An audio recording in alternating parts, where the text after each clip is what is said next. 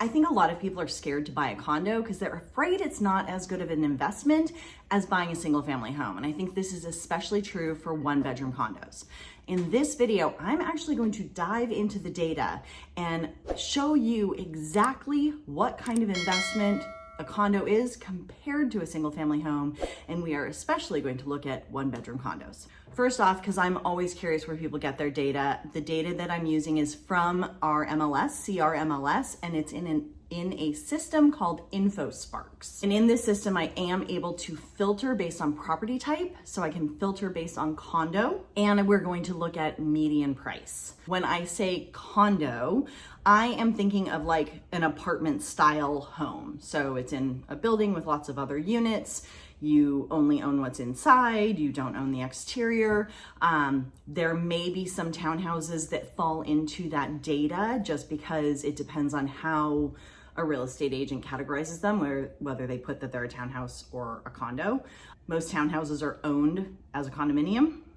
Whole different video, but just so you know, that's kind of what I'm thinking of, is like that apartment style home. And then for a single family home, I'm thinking of just like a regular house, like not attached to anything, just a house. As you can see in this chart, condo prices have gone up a lot in the last 5 years. In fact, they're up nearly 60%. Probably a pretty good investment over the last 5 years. And that's great. But what about single family homes? Did they do better? Single family homes have gone up about 60% as well. So at least over the last 5 years, when looking at all condos and all single family homes, it doesn't really matter which one you buy. You're still doing pretty good. So now let's look at what if all you can afford is a one bedroom condo.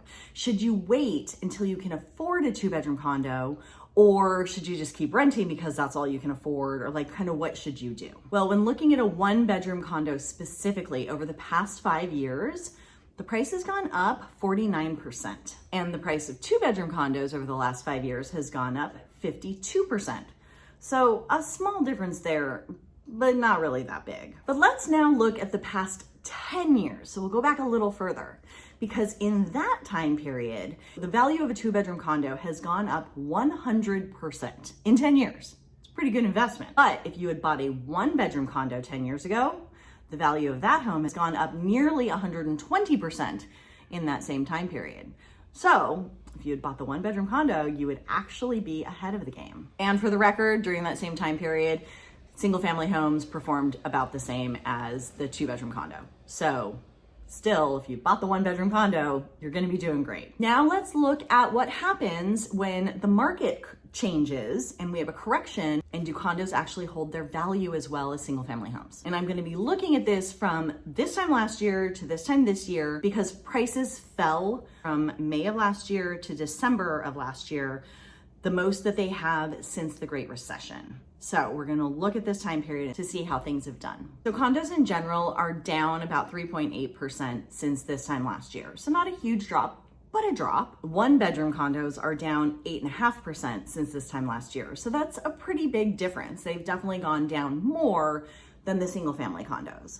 But remember, we have a 20-point advantage already. So even if they've gone down 5% more, if you would own them over the long term, over the past 10 years, you'd still be ahead in that 1-bedroom condo. And during that same time period, 2-bedroom condos fell 5.6%. So a little less than the 1-bedroom condo, which means if you do buy a 2-bedroom condo, you might have a little more buffer in the case of a downturn. All right, was that helpful? What did we learn?